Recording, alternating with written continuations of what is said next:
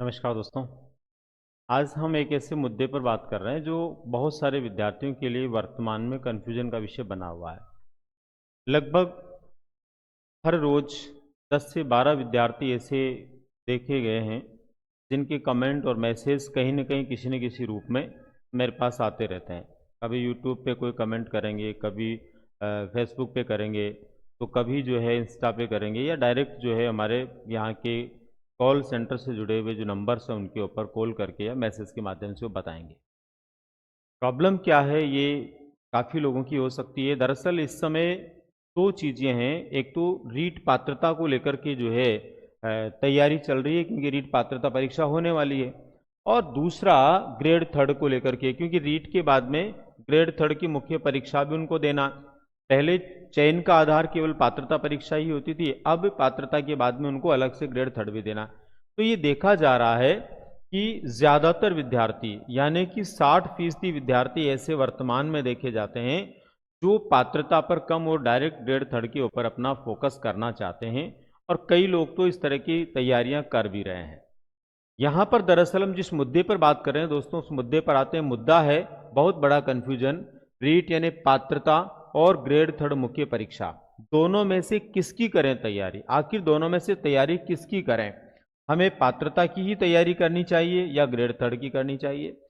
इसको लेकर के विद्यार्थियों को एक उचित मार्गदर्शन की आवश्यकता जो महसूस हुई, जिसके लिए उनके कमेंट्स आए, उसी को लेकर के मैं बातचीत कर रहा हूं। दोस्तों, आप लोगों के लिए मेरा ये विचार कितना फायदेमंद होगा ये तो मैं नहीं कह सकता, लेकिन यदि आप मेरे विचारों को समझने का प्रयास करेंगे तो काफी हद तक आपका कंफ्यूजन दूर हो जाएगा। मेरा उद्देश्य आप लोगों के कंफ्यूजन को कम करना है। मेरा उद्देश्य आपके मन में जो संशय उसको खत्म करना है, और आप किसकी तैयारी करते हैं और कैसे करते हैं और किस तरह से आप अपनी पात्रता को भी सिद्ध कर सकते हैं और ग्रेड थर्ड में भी सफल हो सकते हैं, इसको लेकर के एक दिशा आपको मिल जाए, ऐसी मेरी भावना है, ऐसी मेरी सोच है, तमन्ना है, और इसी के लिए मैं यहाँ पर ये चर्चा कर रहा हूँ। उम्मीद करता हूँ कि इस वीडियो को ढंग से पूरा देखने के बाद आपके मन में ऐसा कोई सवाल नहीं बचेगा जिससे कि आप परेशान हो रहे हैं। तो दोस्तों, फिर एक सवाल है हमारा जिस पर हम गौर कर लेते हैं, उसको समझ लेते हैं।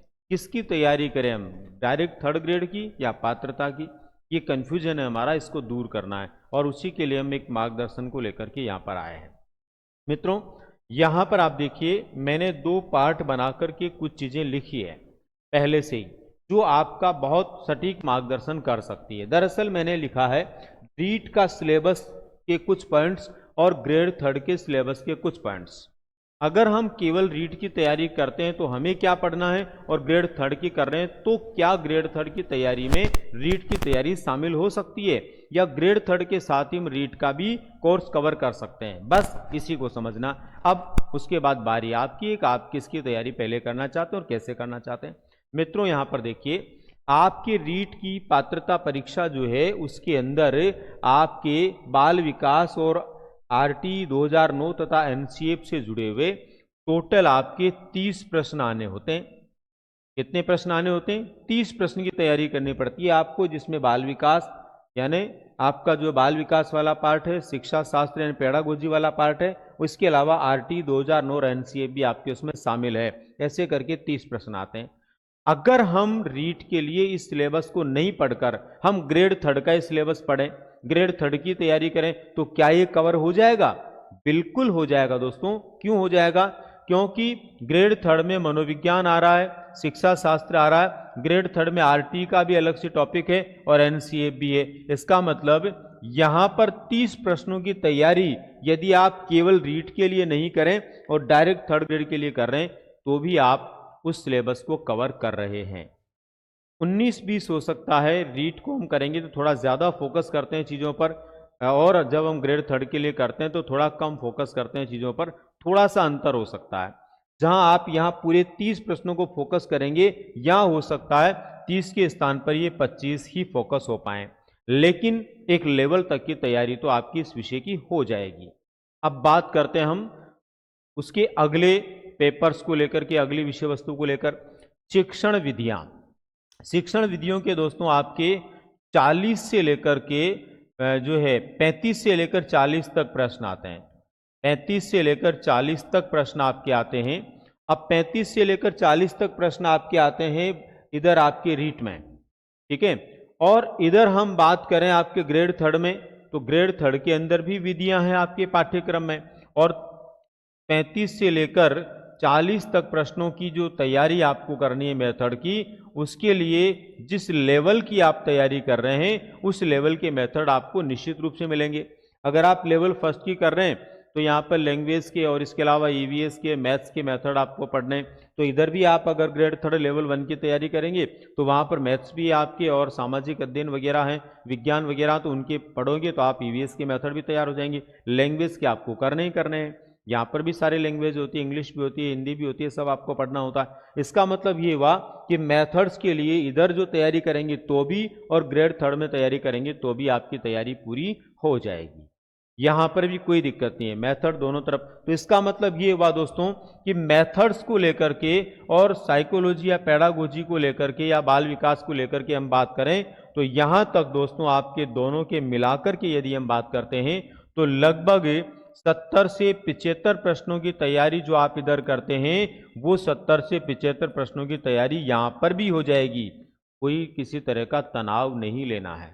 अगर आप ग्रेड थर्ड भी डायरेक्ट कर रहे हो तो चिंता मत करिए, उधर भी अगर ये सारी चीज़ें आप समय पर पढ़ लेते हैं तो आपकी तैयारी हो जाएगी, क्योंकि चीज़ें वही आने वाली है, राइट। अब इसके बाद हम बात करते हैं लैंग्वेज की। यदि दोस्तों हम लैंग्वेज की बात करें तो इधर हमें 2 भाषाएं पढ़नी पड़ती है, प्रथम और द्वितीय भाषा। अगर हम इधर की बात करते हैं तो इधर वाले विद्यार्थियों में जो ग्रेड थर्ड की कर रहे हैं उसमें अगर आप लेवल फर्स्ट की कर रहे हैं तो दोस्तों आपकी दोनों लैंग्वेज हो जाएगी, इंग्लिश भी इसमें होती है, हिंदी भी इसमें होती है। अगर किसी के संस्कृत है तो उसको थोड़ा अलग से पढ़ना पड़ेगा, बाकी यहाँ पर तैयारी आपकी लैंग्वेज की हो जानी है। इसका मतलब ये हुआ कि लैंग्वेज को लेकर के यहाँ पर आपके जो 60 प्रश्नों का मैटर है, कितने प्रश्नों का, 60 प्रश्नों का मैटर है, वो इधर हम जाते हैं दोस्तों लेवल फर्स्ट में तो पूरे 60 का नहीं हो पाएगा, लगभग 30 प्रश्नों का। एक लैंग्वेज तो हो जाएगी, मान लो आपके संस्कृत है दूसरी लैंग्वेज तो फिर वो नहीं हो पाएगी, बाकी इंग्लिश किसी की है तो पूरे 60 का भी हो जाएगा। पर हम कम से कम को माने कि 30 की तैयारी तो आपकी भाषा की भी इधर हो रही है, मेथड सहित और लैंग्वेज सहित। इसका मतलब ये हुआ दोस्तों कि हम 70-75 के बाद आगे इधर बढ़ते हैं तो यहाँ पर 30 की ओर तैयारी हमारे साथ यहाँ पर हो जाएगी। मतलब ये हुआ कि हम यहाँ पर लगभग 100 प्रश्नों तक की तैयारी कर चुके होंगे कॉमन। अगर कॉमन हम पढ़ते हैं तो कितने प्रश्नों की, 100 प्रश्नों की यहाँ तक तैयारी हो जाएगी। अब बात आती है आगे आपके सब्जेक्टिव जो होते हैं, जैसे मैथ्स है, ईवीएस है, एसएसटी है और साइंस मैथ है। फर्स्ट लेवल के अंदर ये दोनों विषय हैं। अगर आप इधर फर्स्ट लेवल की तैयारी करते हैं ग्रेड थर्ड की तो उसके अंदर आपके मैथ भी है, आपके सामाजिक विज्ञान भी है, विज्ञान भी है ना, आपके गणित भी है। इसका मतलब ये हुआ कि वहाँ पर आप लोग ईवीएस और मैथ्स की तैयारी इधर जो कर रहे थे ना 60 प्रश्नों के लिए, उधर पूरे 60 प्रश्नों की भले ही नहीं होगी लेकिन कम से कम 30 प्रश्नों की तैयारी उधर आपकी हो जाएगी। मतलब ये हुआ दोस्तों कि लेवल फर्स्ट को लेकर के यदि हम विचार करें, ध्यान से समझना मेरी बात को, लेवल फर्स्ट को लेकर विचार करते हैं दोस्तों तो लेवल फर्स्ट यदि आप रीट की तैयारी करने की जगह डायरेक्ट थर्ड ग्रेड की तैयारी भी करेंगे तो भी दोस्तों आप लगभग 120 प्रश्नों की तैयारी कर चुके होंगे। 120 प्रश्नों की तैयारी इजीली आपके केवल इसी कोर्स में हो जाएगी जो ग्रेड थर्ड का आप पढ़ने वाले हैं। इसलिए ज़्यादा परेशान होने की आवश्यकता नहीं है। यदि आप ग्रेड थर्ड का लेवल 1 का आप डायरेक्ट कोर्स भी कर रहे हैं तो भी दोस्तों आप लोगों को किसी तरह की कोई चिंता की आवश्यकता नहीं है, वहाँ से भी आप अपनी बेहतर तैयारी कर सकते हैं, ठीक है। अब इसके बाद में बात आती है लेवल सेकंड को लेकर।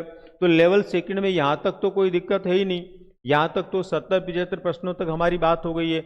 अब बात आती है भाषा को लेकर के।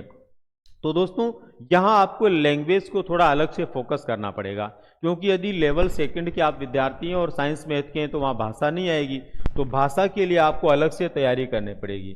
यानी कि भाषा के लिए लेवल सेकंड में, आप मेरी बात समझ रहे होंगे, लेवल सेकंड में यदि आप साइंस मैथ के विद्यार्थी हैं तो आप लोगों को भाषा अलग से तैयार करनी पड़ेगी, अलग से तैयार करनी पड़ेगी। भाषा की तैयारी यहाँ नहीं हो पाएगी। भाषा को आप अपने स्तर पे अलग से पढ़ लेते हैं तो वहाँ पर बाकी तैयारियाँ आपकी जो है लगभग कितनी हो गई है, 100 प्रश्नों तक की कॉमन तैयारी इधर रीट लेवल में हो रही थी, वन में, तो इधर 70-75 की तो ये हो रही है। भाषा की आपको अपने स्तर पे देखनी पड़ेगी। और उसके बाद में बात आती है बाकी जो आपके प्रश्न बचते हैं भाषा के अलावा, जैसे आपके साइंस मैथ के प्रश्न हैं तो वो रीट में भी साइंस मैथ लेवल सेकंड में आना है, और आपके इधर भी साइंस मैथ है। इसका मतलब 30 प्रश्नों की तैयारी आपकी कम से कम इधर हो रही है। तो दोस्तों अगर 70-75 ये हो रहे हैं और 30 प्रश्नों की ये हो रही है, तो समझिए 105 प्रश्नों की तैयारी तो आपकी इधर भी हो रही है। 105 प्रश्नों का मतलब रीट की पात्रता से संबंधित जो 90 प्रश्न आपको सही करने हैं, उनसे ज्यादा विषय वस्तु आपको इधर मिल रही है साइंस मैथ वालों को। और यदि यही बात हम एसएसटी के लिए करें तो एसएसटी के अंदर भी भाषा को तो अलग तैयार करना पड़ेगा, लेकिन इधर आपके एसएसटी का जो सिलेबस होता है रीट में, वो आपका इधर एसएसटी में कवर हो जाएगा। 60 प्रश्नों का मैटर इधर कवर होना है, तो 60 में से अगर हम 40 भी मानते हैं दोस्तों, तो यहां पर 70 के साथ 40 जोड़ने पर 110 प्रश्नों का मैटर आपका तैयार हो जाता है। इसका मतलब ये हुआ दोस्तों, अगर आप ठीक से मेरी बातों को सुन पाए, समझ पाए, तो कि यदि आप रीट की तैयारी नहीं करके थर्ड ग्रेड के पाठ्यक्रम को भी ठीक से फोकस करते हैं, उसको भी बेहतर तरीके से तैयार कर लेते हैं, तो दोस्तों आप रीट पात्रता को सिद्ध कर सकते हैं। बस केवल लेवल सेकंड के विद्यार्थियों को लैंग्वेज को अलग से पढ़ना है, क्योंकि वो लैंग्वेज उनके उधर थर्ड ग्रेड के पाठ्यक्रम में नहीं आने वाली है, एसएसटी और साइंस मैथ वालों के। उधर लेवल फर्स्ट में तो हिंदी इंग्लिश जैसी लैंग्वेज तो आनी है, तो उनको उधर का फायदा मिल जाएगा।